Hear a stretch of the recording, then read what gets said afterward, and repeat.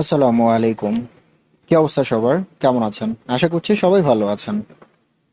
আজকে English second পেপারের transformation বা চেঞ্জিং সেন্টেন্স এই টপিকটা নিয়ে কথা বলবো, বিশেষ করে সিম্পল কমপ্লেক্স কম্পাউন্ড। একটু লেন্দি হওয়ার কারণে অনেক স্টুডেন্টরা এটা নিয়ে সমস্যায় পড়ে। একটু ডিটেলস এবং শর্টকাট দুটার কম্বিনেশনে এই জিনিসটাকে সলভ করার চেষ্টা করব। যেহেতু লেন্দি, কয়েকটা পার্ট করে আমি এই পুরো টপিকটা কভার করব। সবগুলো ভিডিওগুলো দেখলে আশা করি সবকিছু ক্লিয়ার ভাবে বুঝতে পারবেন। প্রথমে সেন্টেন্স নিয়ে কথা বলবো, কারণ এটাই মূল। চলুন শুরু করা যাক।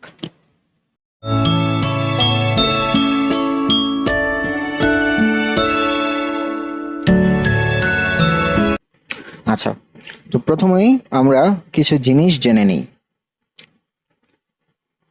প্রথমে আমাকে জানতে হবে ক্লজ। একটা সেন্টেন্সে অনেকগুলো ক্লজ থাকতে পারে, সেখানে একটাও থাকতে পারে, একাধিকও থাকতে পারে। ক্লজ কি? ক্লজ হচ্ছে বাক্যের ক্ষুদ্র অংশ, যেখানে একটা সম্পূর্ণ অর্থ থাকতে পারে, অথবা কিছু একটা অর্থ থাকবে, সেখানে আকাঙ্ক্ষাও থেকে যেতে পারে। ক্লজ তৈরি হয় কিভাবে? একটা সাবজেক্ট এবং একটা ফাইনাইট ভার্ব দিয়ে, সাথে কিছু এক্সট্রা অংশও থাকতে পারে। আম, একটা এক্সাম্পল দেখা যাক। হি ওয়ার্কস হার্ড, এখানে সাবজেক্ট এবং একটা ফাইনাইট ভার্ব আছে এবং একটা অর্থ তৈরি হলো, সে কঠোর পরিশ্রম করে, এই জন্য এটা একটা ক্লজ বলা যেতে পারে। ক্লজকে মূলত আম, তিন ভাগে ভাগ করা হয়।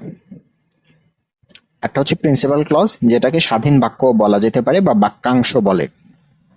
স্বাধীন বাক্যাংশ বলতে বোঝায় মানে এমন একটা ক্লজ, মানে একটা সাবজেক্ট এবং ফাইনাইট ভার্ব, যার একটা অর্থ প্রকাশ করবে এবং এই অর্থটা স্বাধীন।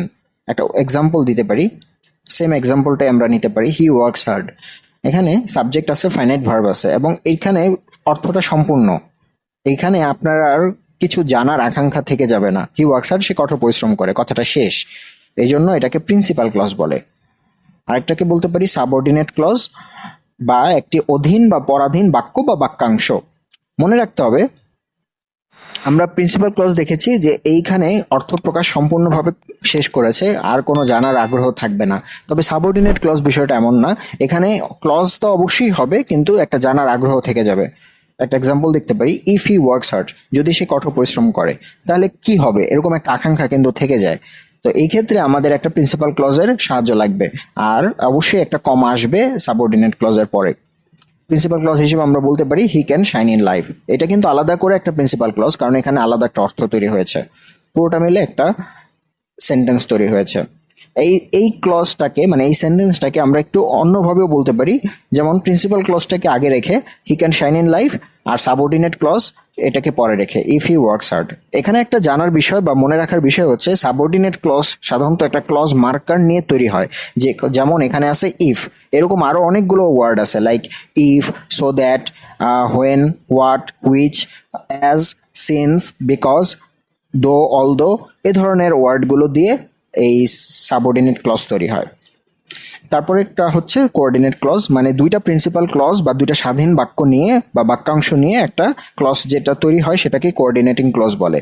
একটা এক্সাম্পল দেই, ওয়ার্কস হার্ড, এটা একটা প্রিন্সিপাল ক্লজ, একটা কনজাংশন থাকবে অ্যান্ড, এবং আরেকটা প্রিন্সিপাল ক্লজ আসবে হি ক্যান শাইন ইন লাইফ। তাহলে দুইটা প্রিন্সিপাল ক্লজ এবং একটা কনজাংশন মিলে এখানে কোঅর্ডিনেট ক্লজটা তৈরি হয়েছে।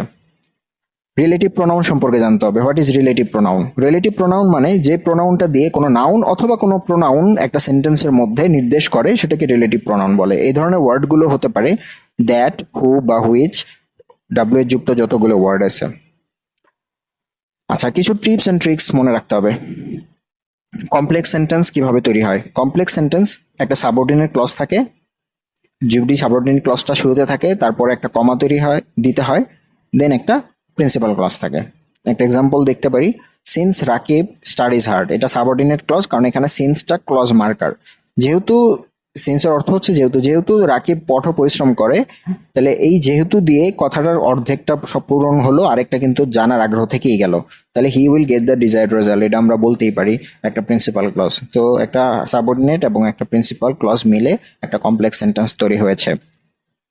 কম্পাউন্ড সেন্টেন্স আমরা হচ্ছে কোঅর্ডিনেটিং ক্লজ, যেটা আমরা অলরেডি দেখে আসছি। দুইটা প্রিন্সিপাল ক্লজ এবং দুইটা সাবজেক্ট যদি একই থাকে, সাধারণত দ্বিতীয় সাবজেক্টটা লিখতে হয় না, এটা একটা ট্রিক্স।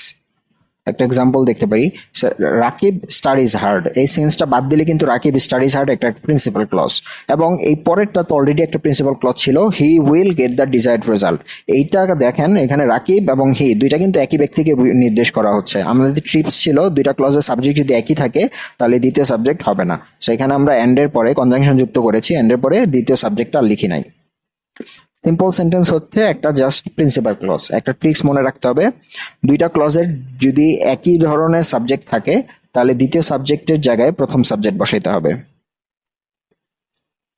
আর দুইটা ক্লজকে অবশ্যই একটা বানাইতে হবে। এখানে দেখেন দুইটা ক্লজ ছিল, সিন্স রাকিব স্টাডিজ হার্ড একটা ক্লজ, আর he will get the desired result এর আরেকটা ক্লজ। এখান থেকে আমাদের একটা ক্লজকে ফ্রেজ বানাইতে হবে। তাহলে ক্লজকে ফ্রেজ বানানোর নিয়ম আমরা একটু পরে দেখছি, আগে দেখি এই হি will get the desired result এটা প্রিন্সিপাল ছিল, এটাকে ঠিক রাখলাম। হি এর জায়গায় আমরা রাকিব বসাইলাম, কারণ এখানে বলা হয়েছে দুইটা সাবজেক্ট এক হলে প্রথম সাবজেক্ট হবে দ্বিতীয় সাবজেক্টের স্থানে। আর প্রথম সাবজেক্টে যেটা ছিল, মানে প্রথম ক্লজে যেটা ছিল, সিন্স রাকিব স্টাডিজ হার্ড, এইটাকে আমরা একটা ক্লজ বানিয়ে ফ্রেজ বানিয়ে দিয়েছি স্টাডিং হার্ড দিয়ে। এখন আসেন একটা জিনিস মনে রাখি, দুইটা ক্লজকে যদি একটা ক্লজ বানাইতে হয় তাহলে একটা ফিনিট ভার্বকে নন ফাইনাইট ভার্বে পরিণত করতে হবে। কিভাবে বানানো যায়? প্রথমে আইএনজি দিয়ে একটা ফাইনাইট ভার্বকে নন ফাইনাইট বানানো যায়।